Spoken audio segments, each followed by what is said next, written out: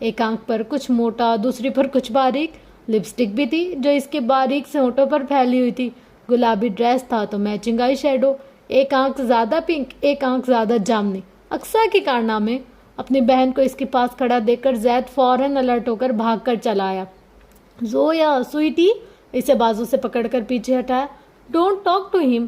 ہاں، وہ تو جیسے اس کی بہن کو کھا ہی جاتا تب کر رہ گیا۔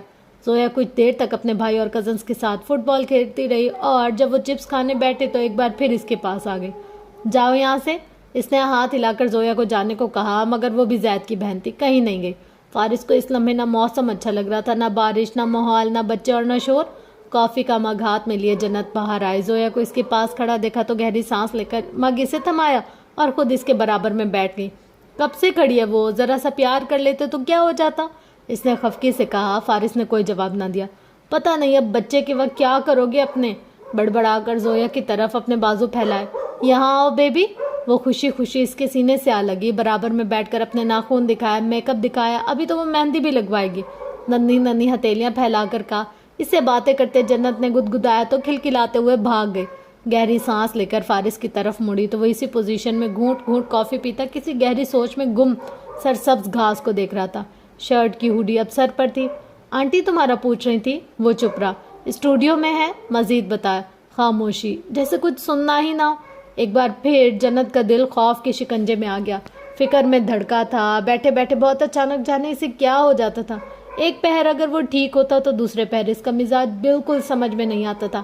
جتنا وہ اس کے ساتھ گزار چکی تھی اس حساب سے اتنا تو جان گئی کہ وہ پہلے ایسا نہیں تھا۔ اس کی مزاج مستقل، اس کے اعصاب متحمل رہتے تھے، لیکن اب تو جیسے ایک چھوٹی سی بات بھی اس کا اچھا خاصا پارا چڑھا دیتی تھی۔ یہاں کیا ہوا ہے؟ داہنے ہاتھ کی انگلی پر نیل کا نشان تھا۔ اس نے چھو کر دیکھنا چاہا تو فارس نے ہاتھ جھٹک دیا اور پھر اٹھ کر اندر چلا گیا۔ جنت کچھ پریشانی سے اسے دیکھ کر رہ گئی۔ شام تک سب ٹھیک تھا جہاں تک اس کا خیال تھا۔ لانگ ڈرائیو سے واپسی کے بعد وہ کافی حد تک نارمل تھا، لیکن اب وہ ایک بار پھر سے عجیب برتاؤ کرتا ہوا نظر آ رہا تھا۔ جنت کی پریشانی پہ ایک دم اضافہ ہو گیا۔ بچے 4 بجے تک چلے گئے۔ موسم کچھ ایسا تھا کہ بارش شروع ہوئی تو رات دیر تک ہوتی رہی۔ کچھ وقت وہ مسز شیرازی کے پاس بیٹھا رہا، پھر اپنے آفس میں بند ہو گیا۔ عدیل کے ساتھ فائنانس مینیجر بھی آئے ہوئے تھے۔ ملازم کے ہاتھ اس کے آفس میں کافی بھجوانے کے بعد وہ خود کمرے میں کھڑکیوں کے سامنے کھڑی ہو کر شیشے پر پھسلتی بارش دیکھنے لگی۔ آج صبح اس کی روبی سے بات ہوئی تھی اور کچھ دیر پہلے دوسری بار بھی ہوئی تھی۔ روبی جاننا چاہتی تھی وہ ریان کو کب لینے آ رہی ہے۔ گھر میں طارق صاحب کی دوسری بیٹی کی شادی کے انتظامات ہو رہے تھے اور ریان کی طبیعت اب بھی ٹھیک نہیں ہے۔ وہ ڈاکٹر کو دکھانے بھی نہیں لے جا سکتی۔ رشیدہ اپنے میکے گئی ہوئی ہے اور اس پر بھی کام کا بوجھ بڑا ہوا ہے۔ وہ سن رہی تھی تو دل وحشتوں میں گھر گیا تھا۔ بے چینی مزید بڑھ گئی۔ مسئلہ بات سے حل ہونے والا نہیں تھا۔ وہ فارس سے بات کر کے دیکھ چکی تھی۔ 2 بار بات کر کے مزید بدمزگی وہ نہیں چاہتی تھی، خصوصاً اس کے رد عمل کے بعد وہ پہلے سے زیادہ محتاط ہو گئی تھی۔ وہ اس کی مرضی کے بغیر کچھ بھی نہیں کرنا چاہتی تھی، مگر اب جیسے سبھی آپشنز ختم ہو گئے تھے۔ کسی معاملے کی گہرائی میں اترنے کا فی الحال اس کے پاس وقت نہ تھا۔ اسے بس جلد از جلد ریان کے لیے کچھ کرنا تھا۔ اس کی چچی ہونے کے ناطے وہ اس سے ملنے جا سکتی تھی۔ وہ بیمار تھا تو اسے ڈاکٹر کو بھی دکھا سکتی تھی۔ فارس اگر اسے اپنے پاس نہیں رکھنا چاہتا تھا تب بھی وہ ایک یتیم بچے کے لیے صاف منزل کے مکینوں کو خوف خدا اور شرم تو دلا سکتی تھی۔ خبر گیری کرنے والا ہوتا تو شاید وہ بچے کے ساتھ اچھا سلوک کرتے، مگر اب تو جیسے بے حسی کی انتہا ہو گئی تھی، فارس کی طرف سے بھی اور صاف منزل کے مکینوں کی طرف سے بھی۔ ایک ملاقات سے کیا ہوگا، اس نے سوچا، اپنے ضمیر سے پوچھا۔ حق کو دیکھا، سچ کو پرکھا، اس وقت کیا اہم ہے؟ وہ خود سے الجھتے ہوئے بارش کی سنگت میں اس مسئلے کا حل ڈھونڈ رہی تھی اور درمیانہ حل کوئی نہ تھا۔ آر یا پار، ریان سے ملاقات۔ ساری رات اس نے اسی شش و پنج میں گزار دی۔ صبح فارس آفس کے لیے جا چکا تو اس نے خاصی سوچ و بچار کے بعد آئمہ کو کال کر کے گھر بلا لیا۔ وہ کچھ مصروف تھی مگر شام تک وقت نکال کر اس سے ملنے آ گئی۔ گھر میں رونق سی لگ گئی۔ باتوں باتوں میں وقت گزرنے کا پتہ ہی نہ چلا۔ ڈائننگ ہال میں کھانا کھاتے ہوئے دنیا جہان کی باتیں تھی جو آئمہ گوش گزار کرتی رہی۔ زیادہ تر اس کے شکوے فارس سے تھے جو سنی انسنی کی ایک کھانا کھاتا رہا۔ مسز شیرازی نے بھرپور ساتھ دیا۔ جنت بھی مسکراتی رہی۔ چائے پینے کے بعد جنت مسز شیرازی کے ساتھ ان کے بیڈ روم میں آ گئی۔ انہیں میڈیسن دی، بیڈ پر تکیے درست کی اور کمفرٹر اچھے سے ڈالتے ہوئے ملازمہ کو کچھ ضروری ہدایت دے کر انہیں شب بخیر کہتی ڈرائنگ روم میں آ گئے، جہاں آئمہ پہلے سے ہی کتاب ہاتھ میں لیے اس کے انتظار میں ٹہل رہی تھی۔ سوری اس طرح تمہیں ڈسٹرب کرنے کے لیے۔ اس نے صوفے پر بیٹھتے ہوئے کچھ نروس ہو کر کہا۔ آئمہ نے گہری سانس لے کر آنکھیں گھمائی۔ فور گاڈ سیک جنت، کتنی 100 بار کرو گی تم سوری؟ کتاب شیلف میں رکھتی اس کے پاس آ بیٹھی۔ اب وہ پوری طرح سے جنت کی طرف متوجہ تھی۔ خشک لبوں کو تر کرتے ہوئے جنت نے ہمت مجتمع کر لی، ہر طرح کے خوف اور وہموں کو سلام دیا۔ ایک بات ایک معصوم بچے کی تھی، اس کے لیے اب زندگی اور موت کا معاملہ بن گیا تھا وہ بچہ۔ مجھے کچھ سمجھ میں نہیں آ رہا تو سوچا تم سے بات کرنی چاہیے۔ وہ صوفے کی بیک سائڈ پر بازو رکھے آہستگی سے بولی۔ کہو، میں سن رہی ہوں۔ پہلے وعدہ کرو یہ بات صرف ہم دونوں کے درمیان رہے گی۔ وعدہ رہا۔ مجھے تمہاری ہیلپ چاہیے۔ ایک سرسری سی نگاہ ڈرائنگ روم کے بند دروازے پر ڈالتے ہوئے اس نے مدھم آواز میں کہا۔ عقب میں کھڑکیاں بند تھیں، پردے ڈوریوں میں بندھے ہوئے تھے، رات تاریک اور چاند مکمل روشن تھا۔ کس سلسلے میں ہیلپ چاہیے؟ آئمہ نے گود میں کشن رکھ لیا۔ میں تمہارے ساتھ کہیں جانا چاہتی ہوں۔ کہاں؟ کسی سے ملنے جانا ہے، اور میں یہ بات فارس کو نہیں بتا سکتی۔ مطلب فارس سے چھپ کر کسی سے ملنا ہے؟ آئمہ کی آنکھیں پھیلیں، آواز ایک سرگوشی میں ڈھل گئی۔ What are you trying to do? I am just trying to help someone. Aima اسے دیکھ کر رہ گئی۔ جنت کی آنکھوں میں خوف سا ٹھہرا تھا، چہرے پر پریشانی آ رہی تھی۔ میں کچھ سمجھ میں نہیں پا رہی۔ جنت چند لمحوں تک سر جھکائے چپ رہی۔ میں تمہیں ہر بات نہیں بتا سکتی، لیکن کچھ کہتے کہتے رک گئی۔ سمجھو یہ زندگی اور موت کا مسئلہ ہے، مجھے ایک بچے سے ملنے جانا ہے۔ تو یہ بات تم فارس بھائی سے کیوں چھپا رہی ہو؟ وہ تمہیں منع تو نہیں کریں گے؟ وہ منع کر چکا ہے۔ اس کی نگاہیں جھکی ہوئی تھی، لہجہ درد کی عکاسی کر رہا تھا۔ فارس نہیں چاہتا میں وہاں جاؤں، لیکن اس بچے کے لیے میرا وہاں جانا ضروری ہے، اس لیے تم چھپ کر وہاں جانا چاہتی ہو؟ جنت نے آہستہ سے سر ہلا دیا۔ اگر فارس بھائی کو پتہ چل گیا تو؟ اس نے خدشے کا اظہار کیا۔ جس طرح سے وہ گھبرائی تھی تو اس سے صاف ظاہر تھا فارس کے لیے یہ بات معمولی نہیں تھی۔ اسی لیے مجھے تمہاری مدد چاہیے۔ میں نہیں چاہتی کہ فارس کو کچھ بھی پتہ چلے، تب تک نہیں جب تک میں اسے یہاں لے نہیں آتی۔ تمہیں لگتا ہے یہ بات فارس بھائی سے چھپی رہ سکتی ہے؟ پھر مجھے کہنے دو۔ You are really don't know ہم۔ میرا اس وقت اس بچے کے پاس جانا بہت ضروری ہے، باقی تمام معاملات سمجھو میرے لیے ثانوی ہو گئے، اس نے کہہ دیا بھاری دل کے ساتھ اور مضطرب ہو کر ہی کہا۔ فارس بھائی بھی؟ وہ چپ رہی، سر جھکا رہا۔ میں نہیں جانتی اصل معاملہ کیا ہے، لیکن میرا یقین کرو جنت، مجھے یہ سب کچھ ٹھیک نہیں لگ رہا۔ اگر انہوں نے منع کیا ہے تو تم میری مدد کرو گی یا نہیں؟ اس نے سر اٹھا کر دو ٹوک لہجے میں اس طرح سے پوچھا کہ آئمہ اسے دیکھ کر رہ گئی۔ آنکھوں میں ہلکی سی نمی تھی، تاثرات سنجیدہ ہو رہے تھے۔ اگر تم مدد نہیں کرنا چاہتی تو اٹس اوکے، میں خود ہی مینیج کر لوں گی، کہہ کر اٹھنا چاہا تو آئمہ نے اس کا ہاتھ پکڑ لیا۔ بتاؤ کیا کرنا ہے؟ اس نے گہری سانس لے کر جس طرح سے پوچھا تھا جنت کی آنکھیں خوشی سے نم ہو گئی۔ تھینک یو سو مچ آئمہ، تھینک یو سو سو سو مچ۔ اس کے دونوں ہاتھ اپنی گرفت میں لے لیے۔ شکریہ وغیرہ بعد میں ادا کروں گی، یہ بتاؤ کرنا کیا ہے؟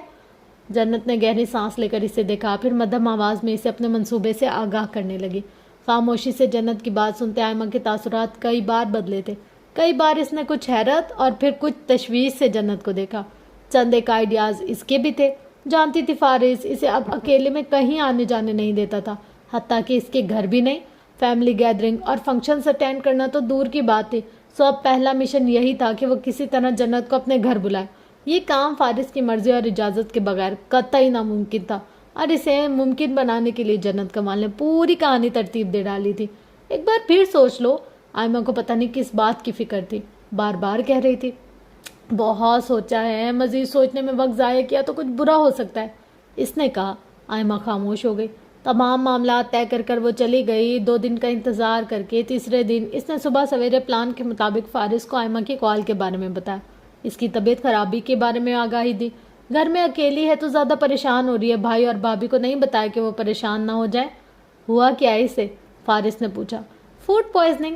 جنت کا حلق خشک ہوا، وہ جھوٹ بول رہی تھی تو دھڑکن مزید تیز ہو چکی تھی۔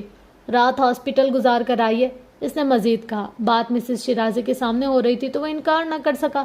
ٹھیک ہے چلی جاؤ، کب تک واپس آؤ گی؟ اس نے اجازت دی تو جنت نے بے اختیار سکھ بھری سانس لی۔ اگر ٹھیک ہوئی تو جلدی آ جاؤں گی، ورنہ ہو سکتا ہے کہ اس کے پاس آج رات رک جاؤں۔ کیا خیال ہے؟ وہ چند لمحوں تک اسے دیکھتا رہا، اور اس کے اس طرح دیکھنے پر جنت کے اندر ہلچل سی ہوئی۔ تم جانتے ہو مجھے جھوٹ اور دھوکہ دینا پسند نہیں۔ کہہ دیا اسے فائر کر دو سو فائر کر دو، نو سیکنڈ چانس۔ فارس کے آفس روم سے ایک بار اس نے یہ لفظ سنے تھے، وہ نظر چرا گئی۔ ٹھیک ہے جیسے مناسب لگے، کوٹ پہنتے ہوئے اجازت دے دی۔ میں ڈراپ کر دوں یہاں؟ رک کر پوچھا۔ اسے آج ضروری میٹنگ اٹینڈ کرنی تھی، شہر سے باہر بھی جانا تھا۔ تمہیں آفس کے لیے دیر ہو جائے گی، مجھے تو ابھی تیاری بھی کرنی ہے، سنبھل کر کہا۔ اوکے، خیال رکھنا اپنا۔ وہ اپنا والیٹ، چابیاں اور موبائل اٹھائے باہر چلا گیا۔ ٹھیک آدھے گھنٹے بعد وہ ڈرائیور کے ساتھ ظہیر ہاؤس پہنچ گئی تھی۔ ڈرائیور تو اسے چھوڑ کر چلا گیا مگر گارڈ وہیں کھڑا رہ گیا۔ جنت کچھ پریشانی سے اندر آ گئے۔ آخر تم نے ایسا کیا کیا کہ فارس بھائی کو تمہارے پیچھے جنات جیسے گارڈ لگانے پڑے؟ کیا میری غیر موجودگی میں تم اغوا ہوئی ہو؟ ایمن نے مشکوک ہو کر پوچھا۔ اللہ نہ کرے، کیا بک رہی ہو؟ جنت خفیف سی ادھر ادھر دیکھنے لگی۔ آخر اتنی سخت سیکیورٹی کی وجہ کیا ہے؟ آئمہ بہت حیران ہوئی۔ دل ہی دل میں ادینہ زبیر کو کوستے ہوئے جنت رخ بدل کر رہ گئی۔ نہ وہ ایک چھوٹی سی بات پر اتنی ٹینشن لیتی اور نہ فارس اس طرح روک ٹوک اور پابندی عائد کرتا۔ اب کیا ہو گیا؟ پریشان ہو کر پوچھا۔ مجھے اندازہ تھا ایسا ہو سکتا ہے، کہہ کر اپنا بیگ کندھے سے لگایا، پھر رسٹ واچ پر ٹائم دیکھا۔ ہم پچھلے دروازے سے باہر نکلیں گے، گاڑی تو تیار کھڑی ہے۔ جنت کی اٹکی ہوئی سانسیں ایک دم بحال ہوئی۔ لو یو آئمہ، متشکرانہ نگاہوں سے اسے دیکھتے ہوئے کہا۔ آئمہ گہری سانس لے کر رہ گئی۔ کچھ ہی دیر بعد وہ آئمہ کے ہمراہ بھی دروازے سے باہر نکل گئی۔ گاڑی سامنے ہی کھڑی تھی۔ آئمہ نے ڈرائیونگ سیٹ سنبھال لی تو دل ہی دل میں دعا کرتے ہوئے وہ بھی گاڑی میں سوار ہو گئی، اس بات سے قطعی بے خبر کہ ریان کے لیے اٹھایا جانے والا یہ قدم اس کے راستے میں کتنی بڑی مشکل لانے والا تھا۔ راولپنڈی شہر کی حدود میں داخل ہونے کے بعد مطلوبہ ایڈریس تک پہنچتے پہنچتے انہیں کوئی آدھا گھنٹہ لگ گیا تھا۔ آئمہ نے قدرے فاصلے پر گاڑی روک دی۔ راستہ تنگ تھا، گلی کے اندر مطلوبہ گھر تک اب اسے خود ہی جانا تھا۔ روبی کو کال کرتے ہوئے وہ گاڑی سے اتر گئی۔ میں آؤں تمہارے ساتھ؟ اس نے پوچھا۔ نہیں، یہیں رکو، میں بس ریان کو لے کر ابھی آ رہی ہوں، اس نے کہا تو آئمہ نے اسٹیئرنگ وہیل چھوڑ کر اس بات میں سر ہلا دیا۔ وہ آہستہ آہستہ قدم اٹھاتی آگے بڑھتی گئی۔ بالکل سامنے جس سے صحن سے جامن کا درخت جھانک رہا تھا وہی 2 منزلہ مکان ہی اور صاف منزل تھا، جس کی بیرونی دیواروں پر لائٹنگ کا اہتمام ہو رہا تھا۔ آس پاس لائٹس کا انتظام سنبھالتے لڑکے کھڑے تھے۔ روبی فون نہیں اٹھا رہی تھی تو اس نے اپنے طور سے لڑکوں سے اوصاف منزل کی بابت پوچھ کر کنفرم بھی کر لیا کہ وہ صحیح جگہ پہنچ گئی ہے۔ ات کھلے مین گیٹ کے سامنے رک کر گہری سانس لی، پھر خود کو سنبھالتے اندر داخل ہوئی۔ گاڑی کی کھڑکی سے آئمہ نے اسے اندر جاتے دیکھا، پھر سیٹ کے ساتھ پشت ٹکا کر ایزی ہو گئی۔ دونوں ہاتھ ہنزو اسٹیئرنگ وہیل پر تھے، انگشت شہادت متحرک تھی۔ گلاسز بالوں پر اٹکا کر موبائل اٹھا لیا۔ جنت اسے 5 منٹ کا کہہ کر گئی تھی مگر جب پورے 15 منٹ گزر جانے کے بعد بھی اس کی آمد کی کوئی آثار نظر نہ آئے تو اس نے جنت کو کال کی۔ بیل جا رہی تھی مگر دوسری جانب کوئی رسپانس نہیں آ رہا تھا۔ جامن کے درخت پر چڑھا ایک لڑکا بے ہنگم انداز میں پھیلے ہوئے ان شاخوں کو کاٹ رہا تھا جو دروازے پر نیچے تک جھکی ہوئی تھی۔ وہ کھڑکی سے باہر نگاہ دوڑاتی رہی، کلائی موڑ کر وقت دیکھا، ابھی تک آئی کیوں نہیں؟ اس سے پہلے کہ وہ دروازہ کھول کر باہر آتی اس نے جنت کو بیرونی گیٹ سے باہر نکلتے دیکھا اور اجلت میں قدم اٹھاتے گاڑی کی جانب آتے دیکھا۔ بچہ اس کے ساتھ نہیں تھا۔ اسے کیا ہوا؟ جنت کے تاثرات دیکھ کر وہ ایک دم سیدھی ہوئی۔ اس کی آنکھیں پھیلی ہوئی تھی، چہرہ زدہ ہوا تھا۔ گاڑی میں بیٹھتے ہی اس نے دروازہ بند کر دیا۔ تم ٹھیک ہو؟ آئمہ نے پریشان ہو کر پوچھا۔ آنکھوں میں وحشت لیے اس نے گردن موڑ کر اسے دیکھا۔ گاڑی سٹارٹ کرو۔ سانس بھاری۔ کیا ہوا؟ Is every thing all right? وہ پریشان ہو کر پوچھ رہی تھی۔ اور تم بچے کو نہیں لائی؟ آئمہ پلیز چلو یہاں سے، ایک دم سے بھیگی آواز میں کہا تو اس نے اوصاف منزل کے بیرونی گیٹ پر ایک نظر ڈالتے گاڑی سٹارٹ کر دی۔ کچھ ہی دیر میں وہ گاڑی مرکزی شاہراہ پر ڈال چکی تھی۔ جنت اپنا سر تھامے بیٹھی تھی، آنکھوں میں صدمہ نظر آ رہا تھا، وحشت نظر آ رہی تھی، اذیت بھرا صدمہ، حیرت تھی اور بے یقینی کا تاثر تھا۔ اسے آنکھوں پر یقین نہیں آیا تھا، سماعت پر یقین نہیں آیا تھا۔ آپ مجھ سے میری جان کیوں نہیں مانگ لیتی ممی؟ متحرک گاڑی میں وہ بالکل ساکت، بالکل خاموش اور ویران سے بیٹھی تھی۔ آپ نے کہا واپس آ جاؤ، میں آ گیا۔ آپ نے کہا شادی کر لو، میں نے کر لی، مگر یہ نہیں، خدا کے لیے یہ نہیں۔ اس کا دل بھاری ہوا، سینے پر بوجھ پڑ گیا، سانس لینے میں دشواری ہونے لگی۔ بہت حساس تھا وہ، جب بے رحم ہوا تو سب کے لیے ہوا، بے حس ہوا تو پوری طرح سے ہوا۔ اسے الزام مت دو جنت، میں بھی نہیں دیتی۔ بے اختیار ہونٹوں پر ہاتھ رکھا، اپنا رخ شیشے کی طرف کر لیا۔ تم ٹھیک ہو جنت؟ آئمہ نے پوچھا۔ اس کی طبیعت کا بالکل بھی ٹھیک نہیں لگ رہی تھی وہ۔ یہ میں نے کیا کر دیا؟ اس کے لب ہلے، اس کا دل لرزا۔ جنت کچھ تو کہو یار، کیا ہوا ہے؟ آئمہ کی آواز کہیں دور رہ گئی، آس پاس کے تمام منظر دھندلا گئے، لبوں پر کپ کپاہٹ تھی، آنکھوں پہ تحیر تھا۔ اس نے اپنے کلائی پر گرفت جما لی۔ فارس کو اچھا نہیں لگے گا، اس کی بیوی حماد کے بیٹے کے لیے ملی تھی، تمہیں اپنے شوہر کے احساسات کا خیال ہونا چاہیے۔ اس نے اذیت سے آنکھیں میچ لیں۔ آئندہ نام مت لوگی تم میرے سامنے اس کا، اور نہ ہی ملنے کی کوشش کرو گی۔ دل شدت سے دھڑکا، وجود خوف کے آہنی شکنجے میں جکڑ گیا۔ آئمہ نے آدھے گھنٹے تک مسلسل ڈرائیو کرنے کے بعد پیٹرول پمپ پر گاڑی روک دی۔ گردن موڑ کر اسے دیکھا تو وہ سیٹ کے ساتھ پشت ٹکائے آنکھیں موندے بیٹھی تھی۔ چہرے پر درد بھرے تاثرات ٹھہرے ہوئے تھے۔ بائیں ہاتھ میں دائنا ہاتھ تھا اور گرفت بے انتہا مضبوط۔ کیا ہو گیا ہے؟ آئمہ کے لہجے میں تشویش نمایاں تھی۔ اس نے جواب نہیں دیا، وہ جواب دینے کی پوزیشن میں نہیں تھی۔ میم، فارس صاحب آئے۔ وہ گھر پہنچے تو ملازم نے آئمہ کو اطلاع پہنچائی۔ فارس آیا تھا؟ جنت کا دل کسی گہرے پاتال میں جا گرا، آنکھوں میں وحشت بھر گئی، وجود کانپ اٹھا۔ آئمہ نے صدمے سے جنت کو دیکھا۔ تم تو کہہ رہی تھی انہیں شہر سے باہر جانا ہے، یہ کیا ہو گیا؟ جنت کا دل سوکھے پتے کی طرح لرزنے لگا۔ اسے پتہ چل گیا ہوگا آئمہ، اسے پتہ چل گیا ہوگا میں وہاں گئی تھی۔ جنت کی رنگت سفید پڑ گئی، آنکھوں میں ہراس پھیل گیا۔ صرف نام لینے اور ذکر کرنے پر وہ اس کا ری ایکشن دیکھ چکی تھی، اب جب پتہ چلے گا کہ وہ وہاں سے ہو کر آئی ہے تو وہ کیا کرے گا؟ ہے ریلیکس۔ آئمہ نے فوراً سے بازو سے پکڑ کر اسے صوفے پر بٹھایا، اس کے ہاتھ اپنے ہاتھوں میں لیے۔ میں فارس بھائی سے کہہ دوں گی میں نے جھوٹ بولا تھا، میں خود تمہیں اپنے ساتھ لے کر گئی تھی، یہ میرا آئیڈیا تھا، ہم باہر گھوم پھر کر واپس آ گئے، ہم راول پنڈی گئے تھے، یہ بات ہم انہیں کبھی نہیں بتائیں گے۔ وہ کہہ رہی تھی، سمجھا رہی تھی، تسلی اور دلاسے دے رہی تھی، مگر اس کی تشفی نہیں ہو رہی تھی۔ آنکھیں ہنزو پھیلی ہوئی تھی، رنگ ہنزو اڑا ہوا تھا۔ مٹھیاں بھینچ کر اس نے خود پر قابو پانے کی کوشش کی، مگر ٹینشن کسی صورت کم نہیں ہو رہی تھی۔ اگر اتنا ہی کوئی رسکی کام تھا تو پھر تم گئی ہی کیوں؟ مجھے لگا، اس کے لب ہلے، بات ادھوری رہ گئی۔ میں کچھ اور سمجھ رہی تھی، مجھے نہیں پتا تھا وہ بچہ۔ وہ رک گئی، سانسیں پھر پھول گئیں۔ اس کی حالت کے پیش نظر آئمہ ایک دم سے متفکر ہوئی۔ کوئی بات مت کرو، ریلیکس رہو، تمہیں کچھ ہو گیا تو فارس بھائی مجھے زندہ نہیں چھوڑیں گے۔ جنت کی آنکھوں میں آنسو ٹھہر گئے، خوف سے آئمہ کا ہاتھ پکڑ لیا۔ مجھ سے غلطی ہو گئی، مجھ سے بہت بڑی غلطی ہو گئی، یہ معاملہ میرا نہیں تھا، میں اس میں کچھ بھی نہیں کر سکتی تھی، اس لیے آنٹی نے مجھے کچھ نہیں بتایا، انہوں نے مجھے دور رہنے کا کہا آئمہ، انہوں نے مجھے منع کیا تھا۔ لرزتے کانپتے سسکتے ہوئے، خود کو کمبوز کرو، اس طرح تو فارس بھائی کو پکا شک ہو جائے گا کہ ہم وہاں گئے تھے۔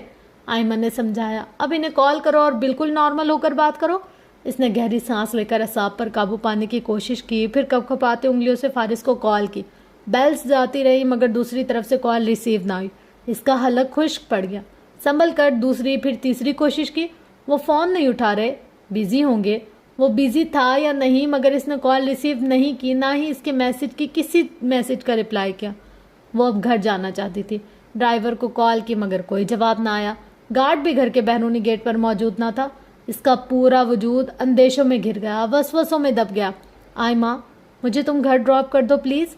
مزید وہاں بیٹھنا اس کے لیے دشوار ہو گیا تھا۔ آئمہ نے اس کا ٹھنڈا پڑتا ہاتھ اپنی گرفت میں لیتے اس بات میں سر ہلا دیا۔ وہ گھر پہنچی تو اس وقت شام کے 6 بج رہے تھے۔ آئمہ اس کے ساتھ اندر آنا چاہتی تھی مگر جنت نے اسے منع کر دیا۔ میں سب سنبھال لوں گی، لہجہ مضبوط کر کے کہا اور قدم بڑھا دیے۔ پورچ میں فارس کی گاڑی کھڑی تھی، اسے ایک بار پھر اپنی سانسیں اٹکتی ہوئی محسوس ہوئیں۔ آواز ایک بار پھر گونجی، خوف نے پھر سے سر اٹھایا، خدشات نے پھر سے گھیر لیا۔ مین گیٹ کے سامنے وہ کچھ دیر تک کھڑی رہی، پھر ہمت مجتمع کرتی اندر داخل ہوئی۔ روشنیوں کا گھر مکمل خاموشی میں ڈوبا ہوا تھا۔ مسز شیرازی کہاں ہے؟ اپنے اضطراب پر قابو پاتے ہوئے ملازمہ سے پوچھا۔ ان کی طبیعت کچھ ٹھیک نہیں تھی اس لیے آرام کریں، ملازمہ نے فوری جواب دیا۔ اور فارس؟ اس نے ڈرتے ڈرتے پوچھا۔ اس سے قبل کہ ملازمہ کوئی جواب دیتی اس کے عقب میں آفس روم کا دروازہ کھل گیا۔ جنت کی دھڑکنیں تھم گئیں، سانس رک گیا۔ دیکھے بغیر ہی وہ جان گئی تھی کہ اس کے پیچھے اس وقت کون موجود تھا۔ وہ پلٹ نہ سکی، نہ اپنی جگہ سے ایک انچ ہل سکی۔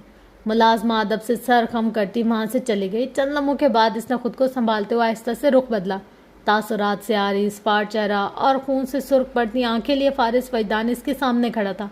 جنت کمال کو ایک دم سے اپنی ٹانگیں بے جان ہوتی ہوئی محسوس ہوئیں، تاہم وہ متحمل رہی۔ مٹھیاں بھینچ کر اپنے ہاتھوں کی کپکپاہٹ پر قابو پانے کی صحیح کی۔ تاثرات سے واضح تھا وہ جان چکا ہے۔ اس نے ڈرائیور نہیں بھیجا، اس نے گارڈ کو بلوا لیا، کالز ریسیو نہیں کی، میسج کا جواب نہیں دیا۔ ہاں، وہ جان چکا تھا، وہ سب کچھ جان چکا تھا۔ وہ لا علم تھی، اس سے یہ غلطی، یہ بھول لا علمی میں ہوئی۔ اس نے سوچ کر خود کو ہی سنبھالا، پھر کھنگار کر گلا صاف کیا، کچھ کہنے کے لیے ہمت مجتمع کی، پلکیں جھپکا کر نمی کو روکا۔ اس سے پہلے کہ وہ کچھ کہتی، فارس نے ایک ہی جست میں اسے بازو سے جکڑ کر دیوار کے ساتھ لگا دیا۔ جنت ایک دم بوکھلا گئی، آنکھوں میں ہراس پھیل گیا، رگوں پہ میں سرد لہر دوڑ گئی۔ What do you take me for? اس کی آنکھوں میں آنکھیں ڈال کے فوکس لیے گھرایا. I am sorry, I am really sorry, مجھے نہیں پتا تھا. تمہیں نہیں پتا تھا؟ اس کی آواز غم و غصے سے پھٹ گئی. جنت کا دل خوف اور دہشت سے بھر گئے. ٹانگیں سنونے لگی. منع کیا تھا میں نے تمہیں. بازو پر آہنی گرفت مزید سخت ہوئی. میں وہاں صرف میں ریان کے لیے گئی تھی. روتے ہوئے کہا. میں صرف اس کے لیے, آنٹی کے لیے. میں نہیں جانتی تھی. میں نے تمہیں ان سب سے دور رہنے کو کہا تھا. میں نے تمہیں منع کیا تھا. وہ چیخا. فارس, آئی ایم ریئلی سوری. راہداری کے دوسرے سرے پر مسز شیرازی ویل چیئر پر براجمان دروازہ کھول کر باہر آئی تھی. ملازمہ ان کے پیچھے ان کے ساتھ تھی. پٹی پٹی نگاہوں سے انہیں دیکھ کر رہ گئے. ان کی موجودگی سے قطعی بے خبر فارس ایک جھٹکے سے جنت کو چھوڑ کر پیچھے ہٹ گیا. وہ روتے ہوئے اب کچھ کہہ رہی تھی, وضاحت دے رہی تھی اور معافی چاہ رہی تھی. پھر اس نے فارس کے پاس آنے کی کوشش کی. Stay away from me. اسے خود سے دور کرتے مشتعل ہو کر دھاڑا. دکھ, صدمہ, خوف اور پریشانی لیے مسز شیرازی سے دیکھ کر رہ گئی. جنت رو رہی تھی. فارس چیخ رہا تھا. معاملہ ریان کا تھا, اس ننھی جان کا تھا. میں نے کہا تھا, مضبوط, مستحکم مگر بے طرح سے ٹوٹا ہوا سا لہجہ. میں نے کہا تھا اگر تم چاہتی ہو ہمارے درمیان سب ٹھیک رہے تو تم اس میں نہیں پڑو گی. مگر تم. اس پر جنون سی کیفیت آ رہی تھی. اپنے حواسوں میں وہ بالکل نہیں لگ رہا تھا. تمہیں میری فیلنگز کا خیال نہیں. میں کس بات سے روک رہا ہوں اس سے تمہیں کوئی فرق نہیں پڑتا. وہ چیخ اٹھا. آواز دور تک گونجی. مسز شیرازی کے لب ہلے مگر آواز نہ نکلے. ہاتھ اٹھانا چاہا مگر ہمت نہ ہوئی. وہ اب سانس لینے کی کوشش کر رہی تھی اور انہیں سانس نہیں آ رہا تھا. درد بازو میں اٹھا تھا, پھر سینے تک پہنچ گیا. دل میں ایک برقی لہر سی دوڑ گئی. بیگم صاحبہ. ملازمہ ایک دم سے چیخی تھی. جنت کمال متحوش سی ہو کر, مگر تب تک دیر ہو چکی تھی. اس کی آنکھوں کے سامنے دھند چھا گئے. گردن ڈھلک گئی. وجود بے جان ہونے لگا. ممی, ممی کیا ہو گیا ہے آپ کو؟ ممی پلیز آنکھیں کھولیں. ممی. آخری آواز جو انہوں نے سنی تھی وہ فارس وجدان کی تھی. اس کے بعد انہیں کوئی ہوش نہیں رہا. اور پھر ہاسپٹل کے ٹھنڈے سرد کوریڈور میں بے نام سے خاموشی چھائی تھی. کافور میں لپٹا احساس وحشتوں میں دھکیلے جا رہا تھا. غم کا اندھیرا, وحشت کی تاریکی, کچھ کھو دینے کا خوف. وہ قدرے خاموش حصے میں آئی سی یو کے سامنے بینچ پر سر جھکائے بیٹھی تھی. چہرہ آنسو سے تر تھا. سسکیاں بندی ہوئی تھی. لب خاموش تھے. اندر جیسے ایک محشر سا برپا تھا. بند دروازہ کھلا تو فارس نے آگے بڑھ کر ڈاکٹر کو گھیرا تھا. وہ بھی اپنی جگہ سے اٹھ کھڑی ہوئی. اب وہ دھندلی نگاہوں سے اسے بات کرتا دیکھ سکتی تھی. ہاسپٹل کی سرد سفید راہدانیاں ایک دم سے سنسان ہوئی. قدموں کی آہٹ تھم گئی. ڈاکٹرز کا عملہ, اسٹاف ممبرز, نرسز کی آمد و رفت, فون کی گھنٹیاں, سب ختم ہو گیا. وہ ریلنگ پر گرفت جمائے سناٹوں میں گری رہ گئی. فارس کے ہاتھ سر کی پشت پر کندھوں تک اور بے جان ہو کر پہلو میں آ گرے. مسز شیرازی کی حالت بہت نازک تھی. اگلے 48 گھنٹے انتہائی اہم تھے. ڈاکٹرز پر امید نہیں تھے. وہ انہیں دعا کا کہہ رہے تھے اور دعا کا سن کر اس کے اندر سب اندھیر ہوا تھا. دعا یعنی اب ان کا کیس صرف ڈاکٹرز کے ہاتھ میں نہیں رہا. دعا یعنی اب کوئی معجزہ ہی انہیں بچائے تو بچائے. پے در پہ صدموں سے لڑتا الجھتا دل سہم گیا. ہمت, سکت, حوصلہ ختم ہو گیا. Let's hope for the best. Doctor نے فارس کا کندھا تھپ تھپاتے تسلی دینا چاہی. وہ دیوار سے الگ کر کچھ دیر کھڑا رہا. پھر وہ فرش پر پنجوں کے بل بیٹھ گیا. دونوں ہاتھ گردن پر پیچھے کی طرف تھے. سر آگے کو جھک گیا. اس کی آنکھیں آنسوں سے لبریز تھی. اس کے چہرے پر کرب ٹھہرا ہوا تھا. منہ پر ہاتھ رکھے وہ گرنے کے سے انداز میں بینچ پر بیٹھ گئی. پلیز اللہ, یہ نہیں, یہ غم نہیں, یہ دکھ نہیں. اس طرح کمزور, بے بس, نڈھال اور اس قدر اذیت میں اس نے فارس وجدان کو پہلے کبھی نہیں دیکھا تھا. دل چاہا وہ اس کے پاس جائے, اس کا ہاتھ پکڑے, اسے تسلی دے, اس کی امید بندھائے, یقین کی بات کرے, دعا کی بات کرے. مگر ہمت نہ ہوئی, بالکل ہمت نہ ہوئی. اسے اپنا آپ مجرم سا محسوس ہونے لگا. نہ وہ ریان سے ملنے جاتی, نہ یہ سب ہوتا. غلطی اس کی تھی. اسے سمجھنا چاہیے تھا. اسے فارس کو سمجھنا چاہیے تھا. اسے مسز شیرازی کی بات ماننی چاہیے تھی. بہت کوشش سے کچھ ہمت پکڑ کر وہ اس کے پاس گئی. مٹھیاں بھینچ کر اور پھر کھول کر اپنا لرزتا ہاتھ فارس کے بازو پر رکھا. اس کا نام لیا, اسے متوجہ کرنا چاہا مگر اس نے ہاتھ ہٹا دیا. اس نے جنت کمال کا ہاتھ ہٹا دیا. اپنی جگہ سے اٹھ گیا. اپنے بالوں کو مٹھیوں میں بھینچ کر رخ بدلا اور قدم اٹھاتا گیا. 48 گھنٹے. وہ کیفیت کیسی تھی جیسے موت لمحہ بہ لمحہ اس کی آنکھوں میں آنکھیں ڈالے بڑھ رہی. موت. اس نے سر اٹھایا. موت. اس کا دل ایک دم سے ہی بھاری ہو گیا۔ مر کون رہا تھا اور اب مرنے کون لگا تھا؟ 48 گھنٹے، یہ اس کی زندگی کی مدت تھی۔ 48 گھنٹے یہ سانسوں کا تسلسل تھا۔ 48 گھنٹے۔ ہاسپٹل سے باہر کھلی فضا میں بھی اس کا سانس بند ہونے لگا۔ اندھیرے سے وحشت ہونے لگی، ٹریفک کا شور، لوگوں کی آمد رفت، زندگی کا بہاؤ اس کے حواسوں پر سوار ہونے لگا۔ صرف ایک خواہش، میری خواہش، اس کے بعد کچھ نہیں مانگوں گی۔ آپ مجھ سے میری جان کیوں نہیں مانگ لیتی ممی؟ ہاتھ تھام کر، کچھ مشتعل ہو کر، کچھ اذیت کے عالم میں جواب دیتا، انکار کرتا، اپنا ہاتھ چھڑاتا، خود کو تنہا کرتا۔ وہ جو زندہ ہے اس کے ساتھ جینا نہیں چاہتی، جو مر چکا ہے اس کے لیے مرنا چاہتی ہیں۔ اپنی گاڑی میں وہ کچھ دیر تک بیٹھا رہا، منجمد، احساسات آگ کی لپیٹ میں آتے رہے، سوال اٹھتے رہے، جواب ملتے رہے، بوجھ بڑھتا گیا، دل پھٹنے لگا۔ خشک لبوں کو تر کرتے اس نے گاڑی سٹارٹ کر دی، کسی نامعلوم سی منزل کی جانب رواں ہو گیا۔ 1.5 گھنٹے تک گاڑی اسلام آباد کی سڑکوں پر اس کی زندگی کی طرح بے مقصد بھٹکتی رہی۔ پھر اس نے گاڑی کا رخ مین روڈ کی جانب موڑ دیا، رفتار بڑھا لی۔ اس کے ہاتھوں پر لرزہ طاری تھا، اس کی نگاہوں میں روشنی میں بھٹک گئی تھی۔ حماد شیرازی کی ماں، ریان شیرازی کی دادی، وہ ان 2 رشتوں سے تھی، ان 2 رشتوں میں تھی۔ وہ تو دکھ کا سبب، ایک اذیت کی وجہ تھا، ایک کرب کی نشانی، ایک غم کا گامزن۔ تاریک رات کا سفر اس کی زندگی سے مشابہ ہو گیا۔ جہاں کبھی پہنچنا نہ چاہتا تھا وہاں پہنچ گیا، جس دروازے پر دستک نہ دینا چاہتا تھا وہاں دستک دے ڈالی۔ شادی کا گھر تھا، خوشیوں کا گھر تھا۔ وہ اس گھر سے اپنے سکون کا جنازہ لینے آیا تھا۔ آصاف منزل کے مکینوں کو تو پہلے یقین ہی نہ آیا، اور جب یقین آیا تو اس کی خاطر مدارت میں دوڑے، اور وہ سپاٹ، سخت اور سنجیدہ تاثرات کے ساتھ وسط میں کہیں خاموش کھڑا رہا۔ اسے ان کی باتیں سمجھ میں نہیں آ رہی تھی، ان کی مسکراہٹیں، ان کا پر اخلاق رویہ، ان کی خاطر مدارت کچھ بھی دکھائی نہیں دے رہی تھی۔ وہ اندر سے ایک دم خالی ہو گیا۔ دکھ، غم، خوف، گھبراہٹ، وحشت جیسے احساسات مردہ ہو گئے۔ وہ زندہ لاش اور بھٹکتی روح ہو گیا، منجمد ساکت مجسمہ ہو گیا۔ آصاف منزل کے مکینوں کو اصل جھٹکا تو تب لگا جب انہیں علم ہوا اس بچے کے لیے آیا تھا۔ طارق صاحب کی ہوائیاں اڑ گئیں، بوکھلا کر فارس کو دیکھا، اپنے مستقبل کی فکر لگ گئی، ان کے پیسوں کی جو انہیں ماہانہ بنیادوں پر ملتے تھے۔ ممکن ہے صرف ملنے آیا؟ خود کو تسلی دی، فوراً کسی خاتون کو اندر بھیجا۔ روبی نے کچھ حیرت اور بے یقینی سے بچے کے چچا کو کمرے کی کھڑکی سے دیکھا۔ یہ ہوا کیا تھا؟ یہ کیسے ہوا تھا؟ دروازہ کھول کر سمرین اندر آئی۔ جلدی کپڑے بدلو اس کے۔ ہاتھ میں بڑی بھابھی کے بیٹے کے نئے کپڑے تھے۔ روبی نے کپڑے لے لیے۔ بچہ اس حالت میں اس کے سامنے لایا جاتا تو کیا منہ دکھاتی؟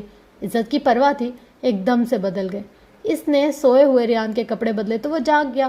چھوٹے سے بیگ میں فیڈر، ڈائپر اور ضرورت کی چند اشیاء رکھی جو سمرین اسے دے کر گئی تھی۔ بچے کے بال سیٹ کیے، اسے پوری طرح سے اچھے سے تیار کیا تاکہ اس کے چچا کو ادراک ہو یہاں سب اس کا کتنا خیال رکھتے تھے۔ وہ صبح ریان کی مما کہہ کر گئی تھی کہ کل تک وہ ریان کو لے جائیں گی۔ روبی نے ڈرتے ڈرتے سمرین کو بتایا یہ وہ حکم تھا جو ریان کی ماں اسے دے کر گئی تھی۔ چچا سے پہلے ماں نے ارادہ بنا لیا تھا، پورے 1 سال بعد دونوں ہی لینے آ گئے تھے۔ کیا دعائیں ایسے بھی قبول ہوتی ہیں؟ روبی کو خوش ہونا چاہیے تھا مگر وہ خوش نہیں ہو پا رہی تھی۔ اسے ایک دم سے بچے کے چچا کو دیکھنے کے بعد ریان کی فکر ہونے لگی۔ پھپھو بھی عجیب ہے۔ سمرین بڑبڑاتے ہوئے باہر نکل گئی۔ روبی اس کے پیچھے دروازے تک آئی۔